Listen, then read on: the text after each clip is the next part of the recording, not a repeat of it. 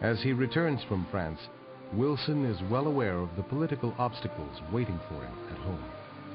The Senate of the United States is now in the hands of the Republican Party, Wilson's political adversaries, and the Senate Foreign Relations Committee, chaired by Henry Cabot Lodge, a man who absolutely despised Wilson, rejected the treaty.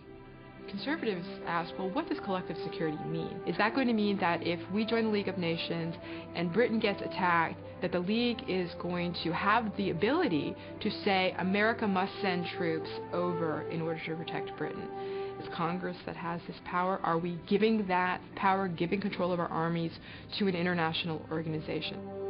For liberals, their problem with collective security is a little bit different, which is, well, won't this just prop up the empires that we're criticizing around the world? Wilson would compromise quite a bit at Paris with the other leaders of the great powers in order to get the League of Nations. He wouldn't compromise with the Senate.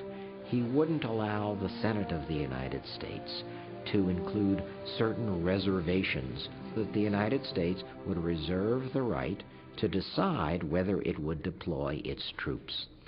Wilson's Democratic senators begged him to allow that kind of reservation, but he wouldn't.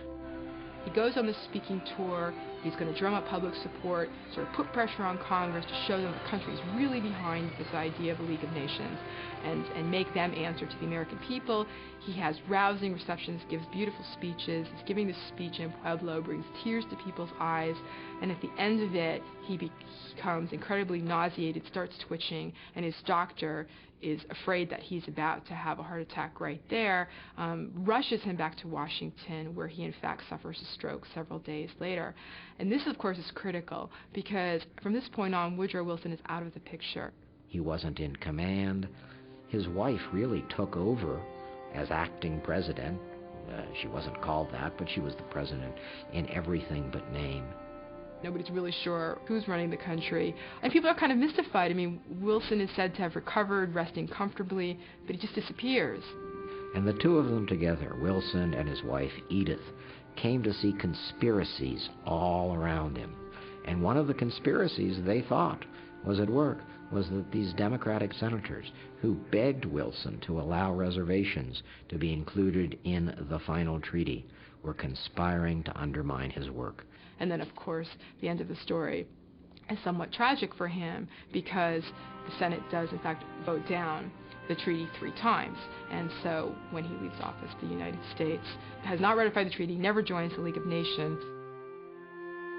But to some historians, the legacy of Wilson's vision does not end as abruptly as it seems. There's a view which many people have that somehow or other Wilson was rejected, that some kind of more traditionalist orientation returned to American foreign policy. But I think in many ways the U.S. does carry out some aspects of Wilsonianism. For example, Wilson emphasized disarmament, the idea that the nation should not be spending so much on their armed forces because that would only invite more war, but that they should be willing to scrap their ships and guns and so on to devote their energies to peaceful pursuits.